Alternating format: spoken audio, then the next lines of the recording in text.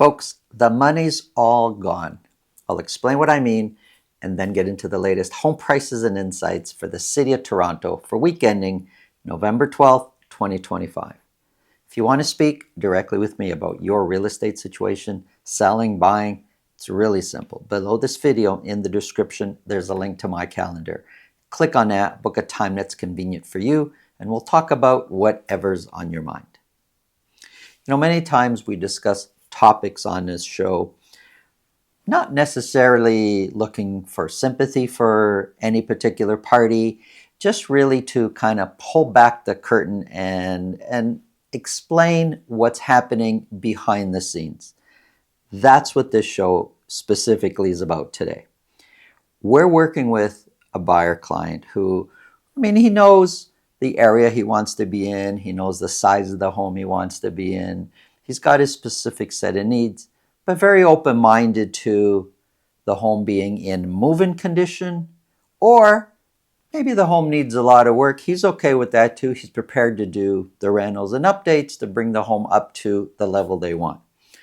And in looking for a property, we came across a home that was power of sale.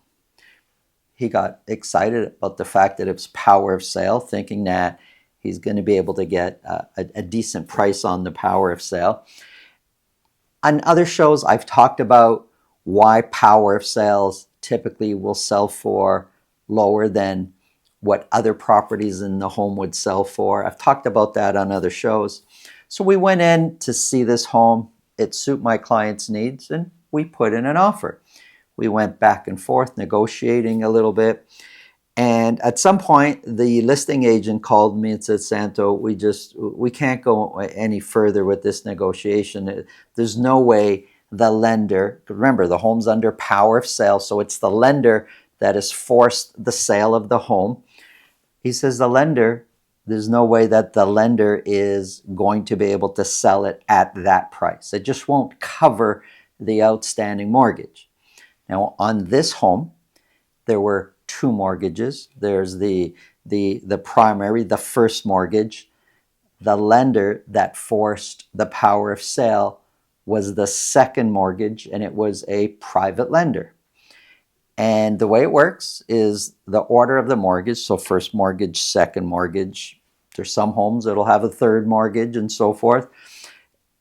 Once the proceeds of sales come in, the mortgages get paid out in order. First place gets paid out, then second place mortgage gets paid out. The lender, in this case, as I said, was a private lender, second place mortgage. And it turns out that if they were to accept the offer that we sent in, the first would be paid off. A fraction of that second mortgage would pay it off, but there'd still be a huge outstanding amount. And that lender wasn't prepared to sell it at that price, I think thinking that then they'd be forced to sue the seller, who I guess they knew had no money to get that from. So this situation is something that's only come about in recent years. The fact that a private lender enforcing the power of sale is actually at risk of not getting their money. In the past, in the early 2020s and prior, the second lender, whatever criteria they use to give that second mortgage to or the third mortgage to, that private lender has their set of criteria. Each year that passed, their position was kind of enhanced in a lot of ways because the market was trending upwards, and so more and more equity was being built into that home. So that second mortgage, that private lender actually had more power.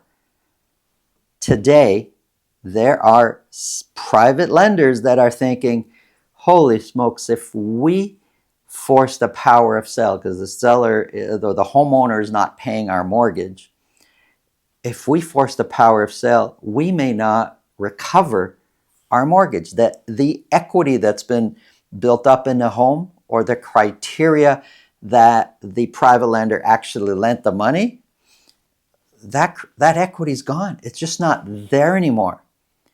And for reasons that the seller can't afford to pay, or the homeowner can't afford to pay the mortgage, it's the same market. That private lender is not selling the home in a different market. They're selling in a market that is down. They're selling in a market that has eaten up all the equity into that home. So that private lender now is in a position that it's like, man, if we push this sale, we may not recover our money.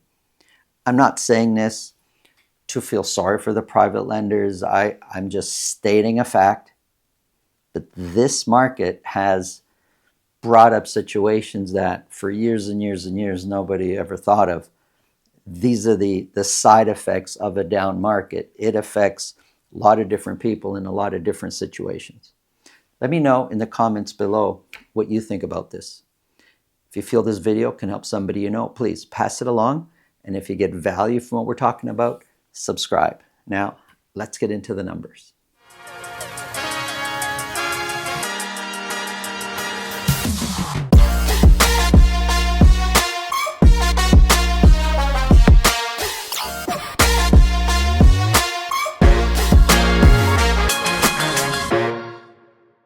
Here we go, folks.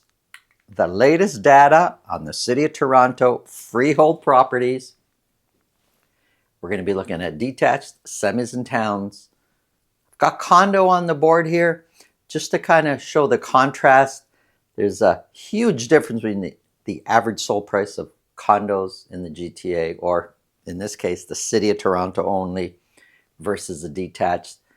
Difference in average price is about $800,000. Huge difference. We're going to get started with detached properties for the City of Toronto for week ending November the 12th. 124 detached properties were sold.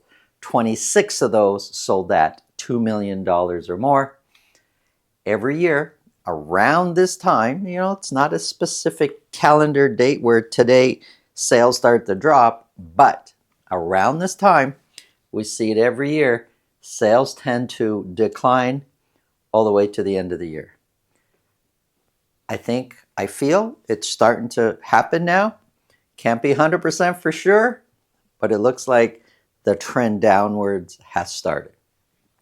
Average sold price is $1,509,000. And if we look at the fall period, August, July and August, average sold prices for detached properties was hovering in the high, we'll say mid to high 1.4 million.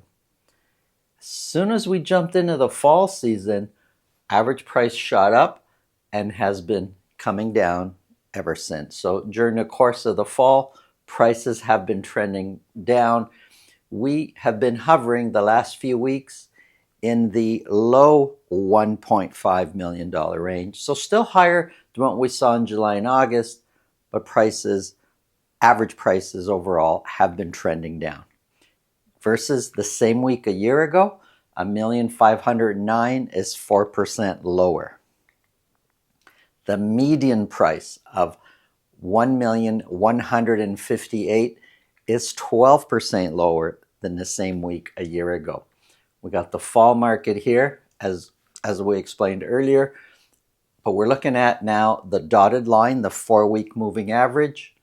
Prices shot up as we got into the fall market and then has started to come down. 124 were sold, just under a third, 30% sold at list price or more. Listings, overall listings have been trending down.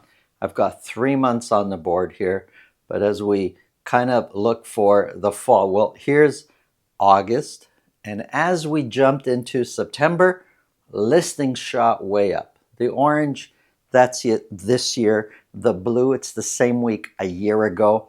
And the same thing happened. It's a pattern we see basically every single year. August, things get a little bit quieter. But man, come September, listings are up, sales are up. We see it every single year. But overall, listings have been trending down now since they shot up. Now, they go up and down, but in this case, they go up and down all the way down. When we look at active listings, the amount of detached properties available for sale, well, that number has also been trending down.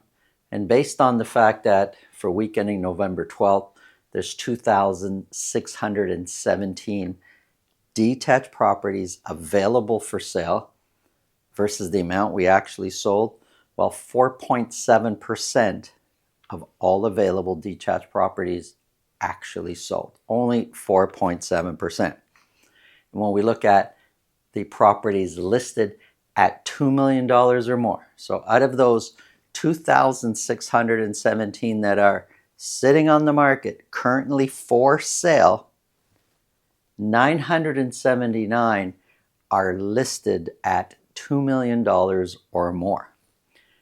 That represents 37.4% of all available detached properties for sale. 37.4. So more than a third of all listings in the city. This is not the GTA. This is just the city of Toronto. More than a third. More than 37% are listed at $2 million or more. Months of inventory for the fall has been slowly climbing. We're now sitting at 4.9 months of inventory. The top end of what we'd say is a balanced market. That's the whole city. The whole city is 4.9 months of inventory, and we're saying that 4.7% of all available properties actually sold. And that's a summary of the whole city of Toronto. But if we look a little bit closer and we break the city down into 9 different, if we break the city down into 9 different sections, well, some areas are performing differently. If we look, for example, High Park, Parkdale area, 7.4% actually sold. We said the whole city is 4.7, 7.4% in High Park sold. That area is outperforming the whole city. When we look at York Mills, only 2.7% actually sold. Well, that has an average selling price of more than $2.9 million. But there's a big contrast from 2.7. That's the lowest producing area, York Mills, Rosedale, and High Park is the highest producing area as far as percentage of what's available for sale actually selling.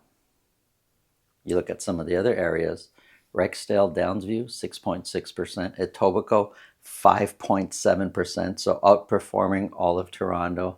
Scarborough, 5.4%. East York, Riverdale, Beaches. I would have expected this one to have the highest percentage because 54% of all available actually sold, 54% of the sales sold at list price or more. And months of inventory is pretty low at 3.7%, but they're sitting at 6.3%. Anyways, the chart's there for you to have a look at. If we break things down in a different way, let's look at 3-bedroom detached versus 4-bedroom detached. 3 bedrooms, 61 3-bedroom detached properties sold. It's pretty clear sales are trending down. It's also pretty clear that average sold price is trending down. We're now sitting at $1,199,000. 1,199 is 9% lower than the same week a year ago. A 4-bedroom sales really are not trending down. They're kind of flat. 45 were sold.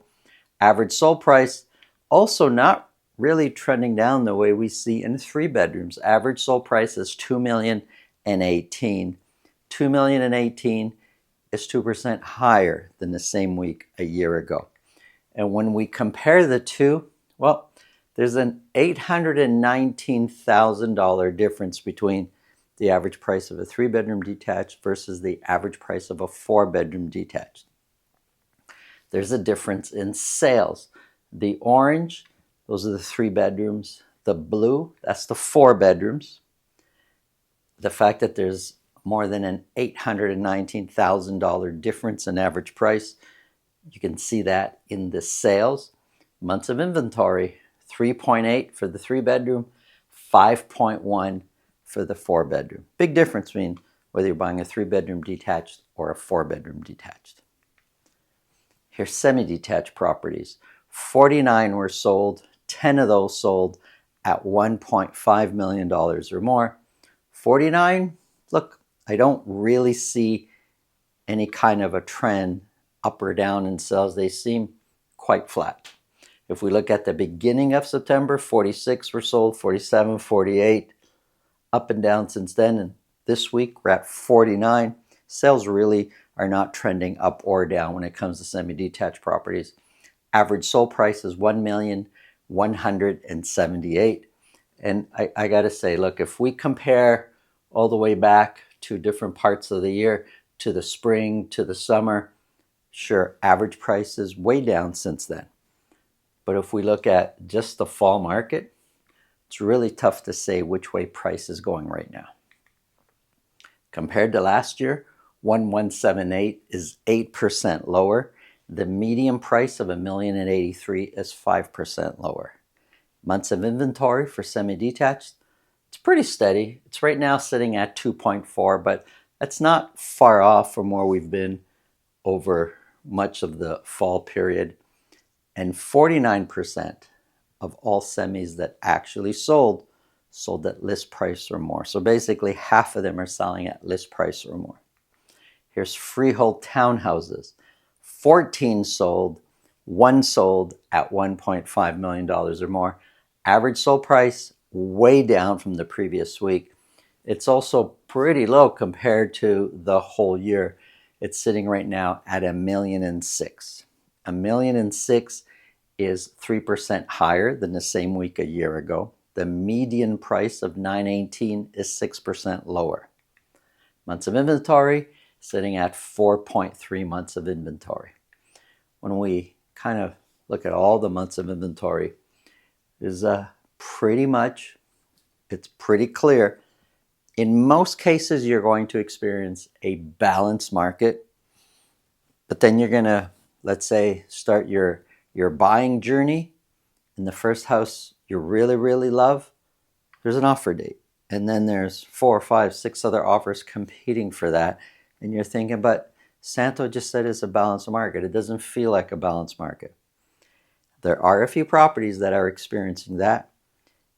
The vast majority are sitting there. It's more balanced. You could take a little bit of time, not forever, but the vast majority, it's more of a balanced market. But on some, there will be some competition. Thanks for watching. Have an awesome day.